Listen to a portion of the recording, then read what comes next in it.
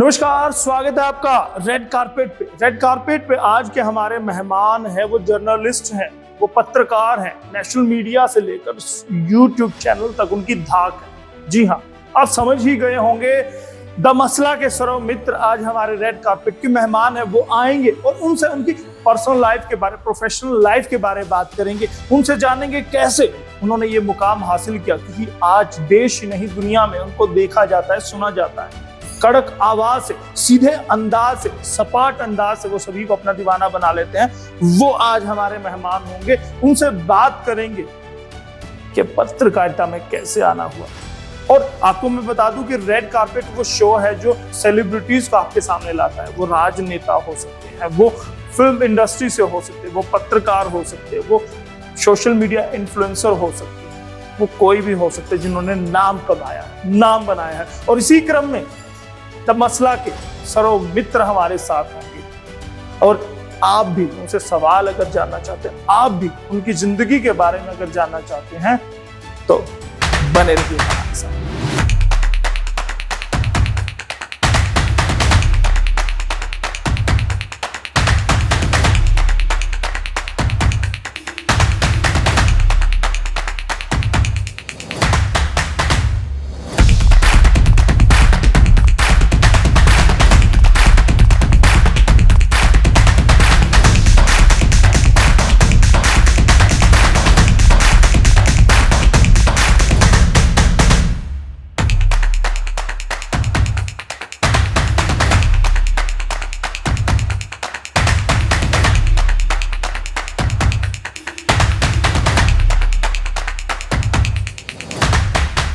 Digital red carpet presented by Bharat आज।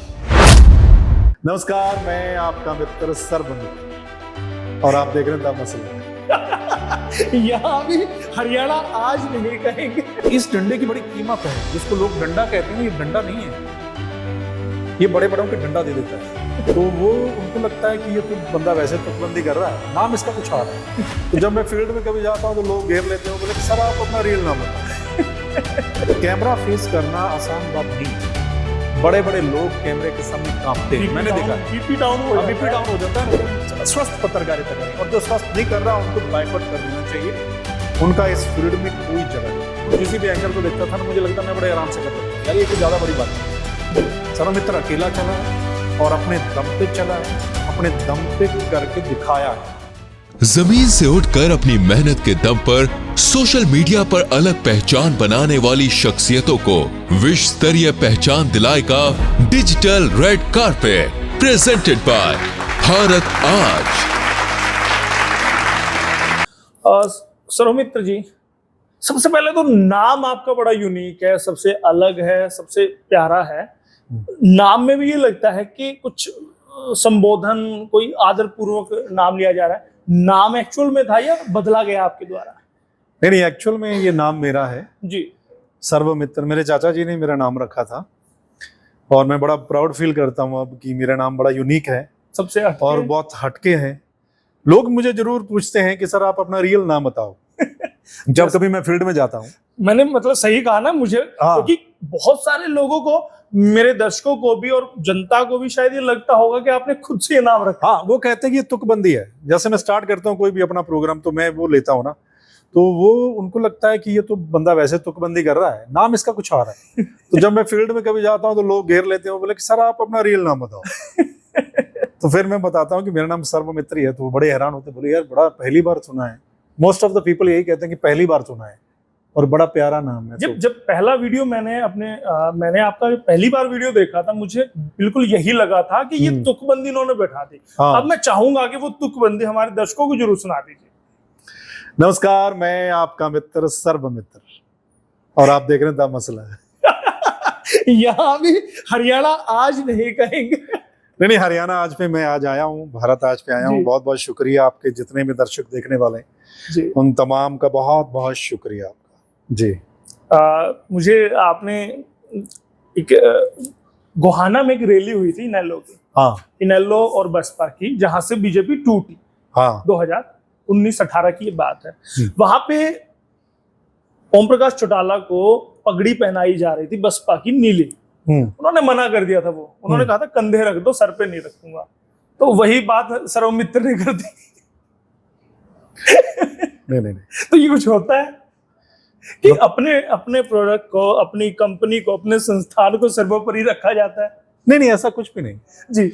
मुझे लगता है संस्थान, कोई भी संस्थान माड़ा नहीं है या कमजोर नहीं है। संस्थान में काम करने वाली टीम कौन सी है इस पर डिपेंड करता है जी। टीम के बलबूते और टीम वर्क से ही कोई भी संस्थान आगे बढ़ता है। और संस्थान सारे अच्छे होते हैं अपने हिसाब से, जो भी सभी मेहनत करते हैं, सभी मेहनत करते हैं, सभी लोकतंत्र का चौथा स्तंभ की भूमिका निभाते हैं। यस। मैं अगर आपके एक फैन के तौर पर मैं बात करूं तो मैं खुद जानना चाहता था कि सर्वमित्र कहाँ से शुरू हुए थे, कैसे वो मीडिया में आए, कैसे वो जर्नलिस्ट बने, वो जर्नी क्या थी, वो कहानी क्या है? मैं 2010 में मीडिया में आया था जी। उससे पहले मैं न्यूज़ चैनल काफ़ी देखता था, क्योंकि ग्रेजुएशन में पॉलिटिकल साइंस थी और उससे पहले मैंने मास्टर डिग्री हिस्ट्री से की जी। तो मैं टीवी बहुत देखता था और खासकर न्यूज़ चैनल मुझे अच्छे लगते थे, है ना। और मैं प्रोग्राम्स देखता था तो मुझे लगता था कि यार ये मैं कर सकता हूँ, मैं बड़ा इजीली कर सकता हूँ। किसी भी एंकर को देखता था ना, मुझे लगता मैं बड़े आराम से कर सकता हूँ। यार ये कुछ ज़्यादा बड़ी बात नहीं है ना, कि नॉलेज होनी चाहिए बंदे को और बोलने का तरीका होना चाहिए, तो आप ये काम कर सकते हैं जी। तो मैं फिर मैंने पता किया यार इस फील्ड में आने का मतलब क्या होता है जी। क्या कोई पढ़ाई है या क्या सिस्टम। तो हमारे एक सीनियर जर्नलिस्ट हुआ करते थे उस समय हमारे शहर में, तो मैं उनसे मिला, मैंने कहा जी मुझे भी इस फील्ड में आना है ना। वो बोले कि आपको मास कम्युनिकेशन करना पड़ेगा जी, पढ़ाई करनी पड़ेगी। तो मैंने कहा अच्छा वो कैसे, कहाँ कैसे होती है? तो उन्होंने बताया कि आप हमारे जैसे कुरुक्षेत्र यूनिवर्सिटी है तो आप वहाँ से मास कम्युनिकेशन कर लीजिए जी, और वो आ जाएंगे। तो फिर मैंने एमए हिस्ट्री के बाद मैंने मास कम्युनिकेशन किया कुरुक्षेत्र से जी। और फिर मैं इस तरफ आया तो चैनल्स में दिल्ली में मेरी शुरुआत हुई उस समय। और परमात्मा की कृपा से कॉन्फिडेंस इतना था कि जिस दिन मैंने ये ऑडिशन दिया पहले दिन, और उससे पहले मुझे कोई ज़्यादा एक्सपीरियंस नहीं था, बिल्कुल भी एक्सपीरियंस नहीं था कि मैं कैमरा इतना फेस करूँगा ना, कि ऑडिशन वाले दिन ही मेरा फर्स्ट एंकर हो गया था जी। और ऑडिशन के तुरंत बाद मुझे कह दिया गया था कि इसको मेकअप रूम में ले जाओ, इसको कोट पहनाओ और स्टूडियो में ले जाओ जी। तो अब देखिए कि ऑडिशन वाले दिन ही मैंने एंकर किया और मुझे नहीं पता था स्टूडियो कैसे होता है, पीसीआर कैसे होता है। तो मैं जब बैठा, मेरे सामने टीपी लगी हुई थी, सारा कुछ, तो उन्होंने बताया कि ऐसे ऐसे करना है ना जी। तो मैं समझ गया। तो मैंने सोचिए कि एक टेक में मैंने सब कुछ सही कर दिया।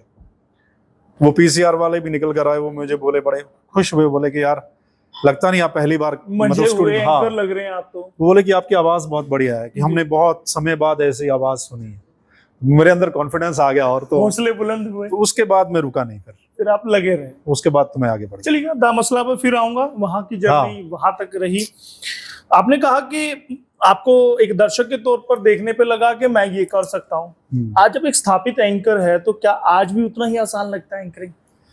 बहुत आसान है, बहुत आसान, बहुत सभी के लिए, मित्र के लिए। हाँ बहुत, नहीं बहुत आसान है जी।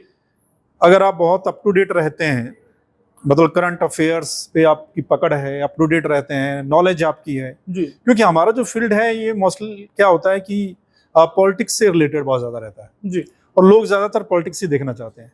तो पॉलिटिक्स को लेकर अगर आप अप टू डेट हैं, मतलब आपको हर चीज का पता है, जिस भी दायरे की आप पत्रकारिता कर रहे हैं जी, अगर आप स्टेट की कर रहे हैं, अगर आप नेशनल की कर रहे हैं, तो अगर आप अप टू डेट हैं उसके बारे में तो आप कर सकते हैं। मुझे लगता है कि आप कर सकते हैं। कॉन्फिडेंस का कितना महत्व होता है? कॉन्फिडेंस तो बहुत जरूरी है किसी भी फील्ड में। अगर आप कुछ भी कर रहे हैं जी, तो सेल्फ कॉन्फिडेंस बहुत जरूरी है, उसके बिना आप कुछ भी काम नहीं कर पाएंगे। कैमरा फेस करना आसान बात नहीं है। बड़े बड़े लोग कैमरे के सामने कांपते हैं, मैंने देखा है। बीपी डाउन हो जाता है। मैं कहता हूँ कि कांपने लगते हैं, जबान लड़खड़ा जाती है। मैं कहता हूँ फंबल मारते हैं, वो कुछ बोल नहीं पाते हैं। अक्सर होता है किसी का इंटरव्यू, ये मैं कहता हूँ मैंने भी नोटिस, बड़े बड़े लोगों का मैंने इंटरव्यू किया है, माइक हटाना पड़ता है उनसे। हाँ मतलब तो वो बेचारे ना ऐसे मैंने कांपते हुए देखे हैं सच में। ये उनका हाल है जो बड़े बड़े नेता हैं। हाँ बड़े बड़े नेता हैं, बड़े नेताओं का पहलवान है, खिलाड़ी है, जिनका अपना नाम है और गवर्नमेंट रुतबा है, घबरा जाते हैं। हाँ तो मतलब वो लड़खड़ाते हैं। इसलिए कैमरा फेस करना हर किसी के बस की बात नहीं है। अगर आप कैमरा फेस कर सकते हैं, कॉन्फिडेंस है, तो आप कर सकते हैं। लेकिन सौमित्र ने कर दिखाया। हाँ, मैंने कर दिखाया। उसकी वजह मैं गिनवाता हूँ। एक वजह हो सकती है कि 6 फुट 1 इंच का आपका कद था, गोरा चेहरा था, गोरा रंग था, प्यारी सी स्माइल आपकी थी। तो क्या ये सब चीजें भी आपका कॉन्फिडेंस बढ़ाने में लाभदायक सिद्ध हुई? बहुत। मैं स्कूल टाइम से ही ना स्टेज पे जैसे भाषण देना मेरा था, मैं भाषण देता था, मैं गाता था, मैं भंगड़ा डालता था, कॉलेज में भंगड़ा टीम में था, मैं कॉलेज में लेक्चर दिया करता था मैं, है ना। तो ये मेरे अंदर था कहीं ना कहीं पहले बिल्ड हो चुका। हाँ, मैं मेरे अंदर था। तो मुझे तो एक प्लेटफॉर्म चाहिए था बस। जी। प्लेटफॉर्म की जरूरत थी, प्लेटफॉर्म मुझे मिला। और दिल्ली में खासकर जब देश की राजधानी में आपको प्लेटफॉर्म मिलता है, दिल्ली में मैंने as a anchor career start किया। उसके बाद मैंने पत्रकार मतलब फील्ड में मेरा था कि मैं रिपोर्टिंग भी करूंगा। मेरा शौक था रिपोर्टिंग, फील्ड की रिपोर्टिंग। फील्ड का भी आप चाहते? तो मैंने फील्ड की रिपोर्टिंग शुरू की। और सबसे बढ़िया आप देखिए कि रिपोर्टिंग शुरू के तुरंत बाद देश का जो सबसे बड़ा आंदोलन हम कहते हैं अन्ना आंदोलन की कवरेज करने का मुझे मौका मिला जी। वहां से मैंने बहुत कुछ सीखा। नेशनल मीडिया से बहुत सारे दोस्तों के साथ यारी दोस्ती हो गई, सभी को देखा मैंने बड़े नजदीक से, क्या आंदोलन होता है, पत्रकारिता कैसी होती है, दिल्ली वाले क्या करते हैं, सब कुछ मैंने बड़ा क्लोज से देखा। सो वहां से मेरा बड़ा कॉन्फिडेंस बिल्ड हुआ और फिर आगे आगे तो मैं बढ़ता गया। और उसके बाद तो फील्ड की रिपोर्टिंग भी बात की है और स्टूडियो की बात की है। आपने जो बात कही कि बहुत आसान है, इजी है करना, कॉन्फिडेंस अगर हो, थोड़ी बहुत नॉलेज अगर हो तो आप एंकर बन सकते हो। मुझे लगता है आपकी स्टेटमेंट के बाद बाढ़ आने वाली है यूट्यूबरों की, पत्रकारों की। मैं चाहता हूं अच्छे लोग आए इस फील्ड में। हर फील्ड में कुछ अच्छे लोग हैं और कुछ गलत भी हैं, हर फील्ड का ये हाल है। जी। और पत्रकारिता में भी बहुत सारे ऐसे लोग आ गए हैं जिनको काखा गा का पता नहीं है जी। उन्होंने पढ़ाई नहीं की है, उनको ये नहीं पता कि हमने क्या बोलना है, क्या कैसे प्रेजेंट करना है, मतलब उनको नहीं पता, जिसकी वजह से पूरी मीडिया की बदनामी भी होती है। कई बार मैं आपको सही बता, किरकिरी होती आप कहते हैं कि लोग कई बार अरे हर कोई डंडा उठाए घूम रहा है। तो हर कोई जब आती है ना बात कि हर कोई डंडा उठाए घूम रहा है, तो इस डंडे की बड़ी कीमत है। जिसको लोग डंडा कहते हैं ना, ये डंडा नहीं है, ये बड़े बड़ों के डंडा दे देता है। ये जो हम माइक पकड़ते हैं जी फील्ड में, तो इसकी बड़ी कीमत है, इसको हर कोई नहीं पकड़ सकता। जी। इसको पकड़ने के लिए भी आपको भाई आपके अंदर दम होना चाहिए, पढ़ाई करके आइए, आपको ज्ञान होना चाहिए। ये नहीं कि आप किसी के आगे बोल के कुछ भी बोल दें। मैंने बहुत सारे लोगों को देखा है कि आजकल जो नए नए पत्रकारिता में आ गए, वो लोगों के घरों में घुसने लगे हैं, लोगों के बेडरूम तक जाने लगे हैं, पर्सनली उनका करने लग रहे हैं कि अगर कोई घर नहीं टूट रहा तो वो तोड़वा देंगे। चीजों को वो सोशल मीडिया पर लेकर, that is not a journalism. कि आपको ये नहीं कि आपको कुछ भी बोलने का हक मिल गया और आप कुछ भी कर देंगे, ये जर्नलिज्म नहीं है। इसलिए जो भी आना चाहते हैं आए इस फील्ड में, लेकिन पढ़ाई करके आए, जेन्युइन तरीके से आए और एक अच्छी स्वस्थ पत्रकारिता करें, स्वस्थ पत्रकारिता करें। और जो स्वस्थ नहीं कर रहा उनको बायकॉट कर देना चाहिए, उनका इस फील्ड में कोई जगह नहीं है, सच में कोई जगह। शायद यही वजह है कि सौमित्र बहुत कम दिखाई देते हैं फील्ड में, सिर्फ राजनीतिक शख्सियतों को, विधानसभा को ही कवर करते हैं, बहुत बड़े मामलात होते हैं तब वो निकलते हैं। मैं कंचन जी भेड़ चाल में कभी नहीं पड़ता जी। मैं अकेला चला हूं। मैं इस फील्ड में जब आया था ना, तो मैं अकेला ही चला हूं। आपको पता है हर न्यूज चैनल में पॉलिटिक्स होती है ना। 2-3 गुट बन जाते हैं न्यूज चैनल में, जो बड़ा न्यूज चैनल होता है जी। उसमें बहुत सारे लोग आपकी टांग खींचने वाले भी होते हैं।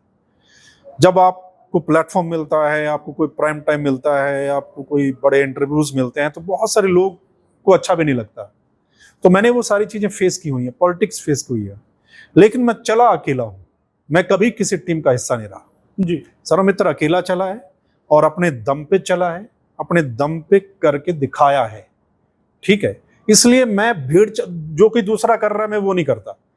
मुझे जो अच्छा लगता है मैं वो करता हूं। मुझे जो लगता है कि ये चीज करनी चाहिए, फलां बंदे का इंटरव्यू करना चाहिए, मुझसे समाज का भला हो सकता है या समाज इसके बारे में जानना चाहता है, तो मैं करता हूं। जी। या कोई और बड़ी पर्सनैलिटी है तो मैं करता हूं। मतलब आपको लगता है कि अर्थपरक है तभी उसको दिखाया जाए? बिल्कुल। मेरे पास बेवजह चीजें ना दिखाई जाए। मुझे इतने लोगों के फोन आते हैं, नेताओं के तो बहुत सारे आते हैं कि हमारा आपके चैनल पे 10 मिनट दे दीजिए, हमारा इंटरव्यू कर लीजिए। तो मैं साफ मना कर देता हूं कि नहीं, जब मुझे करना होगा तो मैं करूंगा, जब मुझे करना होगा और किसका करना है तब करूंगा, ऐसे मैं नहीं करता। चॉइस रहेगी, वो मेरी चॉइस है, वो चॉइस रहेगी। वो किसी के ऊपर नहीं है कि किसी का कहने पे मैं कुछ कर लूं या नहीं, वो नहीं। मैं अपने हिसाब से करूंगा, थोड़ा करता हूँ, तब दिखाया जाएगा, सामने वाला कहे तब नहीं। थोड़ा करता हूँ लेकिन करता टिका के हूँ। चलिए, बात अगर निकली है बहुत दूर तक जाएगी, ऐसा कुछ वो शेरो शायरी भी है। थोड़ा सा मेरा हाथ तंग है शेरो शायरी में। नहीं, मैं भी कम ही करता हूँ, मेरा भी ज्यादा। बहुत सारे एंकर है, बड़ा उम्दा एंकर माना जाता है जो शेरो शायरी बीच में डाल देते हैं, ठूस देते हैं, वो हमारे बस की नहीं। लेकिन आपने कहा कि पॉलिटिक्स होती है हर संस्थान में, मीडिया में शायद ज्यादा है, तो क्या यही वजह रही कि आप मेन स्ट्रीम मीडिया छोड़कर, सैटेलाइट चैनल को छोड़कर द मसला जैसे यूट्यूब चैनल पर आए, एक अलग ही स्ट्रीम में आप आ गए? क्योंकि अभी बुलंदी पर आप थे, बहुत जल्द आपने बहुत कुछ अचीव किया था, बहुत अच्छा नाम था, रुतबा था, शोहरत मिल रही थी, तो ऐसी क्या वजह रही कि, क्योंकि हर यूट्यूबर चाहता है कि वो सैटेलाइट पर जाए, लेकिन एक सैटेलाइट वाला यूट्यूबर पर आए तो कुछ ना घटनाक्रम होता है, कुछ घटनाएं होती है तब आते हैं, अदरवाइज ऐसे नहीं कोई आता। नहीं, मैंने थोड़े समय में मेन स्ट्रीम मीडिया में बड़ा अचीव किया है जी। एज ए असिस्टेंट प्रोड्यूसर शायद मैंने ज्वाइन किया था और एज ए एंकर ज्वाइन किया था जी। लेकिन मैं चैनल के हेड तक, एडिटर लेवल तक पहुंचा और थोड़े समय में पहुंच गया। मुझे बहुत अच्छे प्रोग्राम्स मिले हैं जी। जो भी हमारे हेड होते थे चैनल की, उन्होंने बड़ी जिम्मेदारी के साथ मुझे बहुत अच्छे अच्छे प्रोग्राम्स दिए हैं, इंटरव्यूज दिए हैं, प्राइम टाइम दिए हैं, बहुत अच्छे। मैं उन सबका शुक्रगुजार हूं जिन्होंने मुझे मौका दिया। मतलब जिया, मैंने हर फील्ड को जिया है, रिपोर्टिंग से लेकर एंकरिंग तक, स्क्रिप्टिंग तक, मैंने हर फील्ड को बड़े अच्छे तरीके से किया। हाँ, मतलब ये नहीं, तुक्का नहीं लगाया, बड़े अच्छे तरीके से किया है और दिल लगाकर जो होता है ना। कितने साल रहे वो काम किया है। आप 10 से लेके मैं 18 तक 8 साल मेन स्ट्रीम मीडिया में रहा हूँ। मेन स्ट्रीम मीडिया, मैं एडिटर था जब लास्ट मैंने छोड़ा किसी चैनल का, तो मेन स्ट्रीम मीडिया को छोड़ने का मतलब ये है कि जब सारे मीडिया चैनल्स एक तरीके से मुझे लगा कि अब ये कॉम्प्रोमाइज सा करने लगे हैं या खुलकर नहीं बोलने लगे हैं, धड़ेबाजियों में जाने लगे, खुलकर बोलने नहीं दे रहे हैं। प्राइम टाइम जब आपका फिक्स हो जाता है कि क्या दिखाना है, क्या नहीं दिखाना है, कितना दिखाना है, किसको बुलाना है। मेरा जैसे प्राइम टाइम होता था, मेरा डिबेट शो है, तो आपको किसको बुलाना है, किसको नहीं बुलाना, ये भी अगर कोई चैनल का मालिक डिसाइड करने लग जाए जिसको पता ही नहीं है पत्रकारिता का, तो फिर आप समझ जाते हैं कि मामला क्या है। और ये किसी एक चैनल का हाल नहीं, ये पूरे आप उठा लीजिएगा, 90% रीजनल और नेशनल चैनल ऐसे हो गए हैं जहां पर मामला फिक्स हो गया है, ठीक है। वहां आप स्वतंत्र पत्रकारिता नहीं कर सकते अपने हिसाब से, आपको अपने मालिक के हिसाब से चलना पड़ेगा, उसके हिसाब से करना पड़ेगा, मन मार के काम करना पड़ेगा जी। तो वो मन मार के काम करने वाला सर्वमित्र तो है नहीं कर सकता।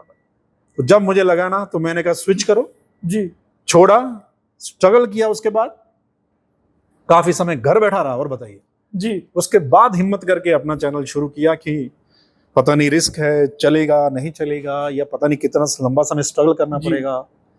शुरुआत में बड़ा स्ट्रगल जिसको कहते हैं वो भी किया है, लेकिन धीरे धीरे मुझे ये तो विश्वास था कि मैं कर लूंगा, कर जाऊंगा, मैं कर लूंगा। भरोसा, थोड़ा समय लग सकता है, खुद को ही भरोसा था, परिवार को था, परमात्मा की कृपा से मुझे अपने आप पर इतना भरोसा है कि मैं जो काम कर रहा हूँ ना, बड़ा अच्छा कर रहा हूँ, वो गलत नहीं है, तो मैं कर लूंगा। आपके अपनों को कितना भरोसा था? आपकी पत्नी की मैं बात करूं, माता पिता की बात करूं, आपके मित्रों की आपकी बात करूं, तो उनको कितना भरोसा था कि सर्वमित्र कर जाएंगे? मेरी जो वाइफ है वो ना पूरा मेरे साथ खड़ी रहती है जब भी मैं कोई डिसीजन लेता हूँ, और इस मामले में भी उन्होंने बहुत बड़ा साथ मेरे को दिया कि जब मुझे लगा कि अब मेन स्ट्रीम मीडिया छोड़ देना चाहिए, मैंने सारी सिचुएशन बताई, तो वो बोली आप छोड़ दो जी, आप खुद का करो, मैं आपके साथ हूँ, कोई दिक्कत नहीं, जितना मर्जी स्ट्रगल करना पड़े हम करेंगे, लेकिन मुझे पता है आप एक दिन इनसे भी ऊपर निकल जाएंगे, मुझे पता है, उनको लगता था। तो आप मानिए कि उन्होंने बड़ा साथ दिया, परिवार ने, दोस्तों ने साथ दिया, मीडिया में कुछ लोग हैं उन्होंने साथ दिया, और आप सोचिए कि वो 8 साल का मेन स्ट्रीम मीडिया और ये 4 साल का जो मेरा खुद का चैनल जी, इस 4 साल में मैंने पता नहीं इतना प्यार कमाया है जितना मैंने उन 8 साल में नहीं कमाया, उससे पता नहीं 100 गुना ज्यादा आज मैंने प्यार कमाया। नहीं, बिल्कुल, आज द मसला और सर्वमित्र एक ब्रांड है। यस यस, मजा आता है। सिरसा से आप आते हैं, हाँ, सिरसा में जाहिर तौर पर आपका जीवन बीता, स्कूलिंग, कॉलेज सब आपका सिरसा में हुआ, तो आप परिवार के बारे और आपके बचपन के बारे में बताइए। गांव का मैं हूँ, किसानी किया मैंने जी, ग्रेजुएशन तक मैंने खूब किसानी की है, खेत में खूब, मतलब हर काम किया हुआ है खेत का जी। मैं अपने पापा के साथ, मेरे पापा तो आज भी किसानी करते हैं जी, है ना, खूब किसानी के साथ में पढ़ाई की है, साथ में किसानी की है, खेला है, कूदे हैं, गांव वाला माहौल तो आपको पता ही होता है, दोस्तों के साथ हर चीज करनी। क्रिकेट बहुत अच्छी खेलता था मैं, अच्छे लेवल तक क्रिकेट खेला हूं मैं। वो तो चलो उस हिसाब से पता नहीं था उस समय क्या होता है, जी। लेकिन अच्छे क्रिकेटर के तौर पर मैंने खेला उस जी, समय। गली मोहल्ले का बढ़िया क्रिकेट खेला। गली मोहल्ले नहीं, मैं कॉलेज लेवल, उसके बाद स्टेट लेवल तक क्रिकेट खेला हूं मैं। अच्छा, हाँ, तो लेकिन क्या है कि पता नहीं होता था उस समय ज्यादा कि आगे चलिए कैसे चलिए, बढ़ना मैं है। एक मिनट दर्शकों से पूछ लेता हूँ कि सर्वमित्र के बारे में आपको पता था कि वो क्रिकेटर भी रहे हैं, स्कूल कॉलेज टाइम में उन्होंने क्रिकेट अच्छे से खेला, हॉबी ही नहीं वो उसको करियर भी बनाना चाहते थे? हाँ, मैं करियर बनाना चाहता था जी। क्रिकेट को, लेकिन Follow क्या किसको था ना, करते पता थे? नहीं होता जिसको। आजकल तो बड़े ऑप्शन है ना। फॉलो किसको करते थे? फॉलो क्रिकेट तो में? उस समय आपको पता है, द्रविड़ साहब होते थे, तेंदुलकर साहब होते थे, युवराज सिंह होते थे, है ना। तो बड़े अच्छे द्रविड़ द्रविड़ को तो मैं समझ सकता हूँ क्यों फॉलो करते हो, क्योंकि आपका स्वभाव उनका स्वभाव कुछ कुछ मैच करता है, शांत से हैं दोनों। सिद्धू होते थे, नवजोत सिद्धू। अग्रेशन आप में तो नहीं है। तो लेकिन वो माहौल ऐसा था कि नहीं कुछ कर पाए। तो जी। ना सिर्फ क्रिकेट में, मैं कल्चरल एक्टिविटी में बड़ा भाग लेता था, जी। स्कूल में, कॉलेज में बड़ा भाग लेता था।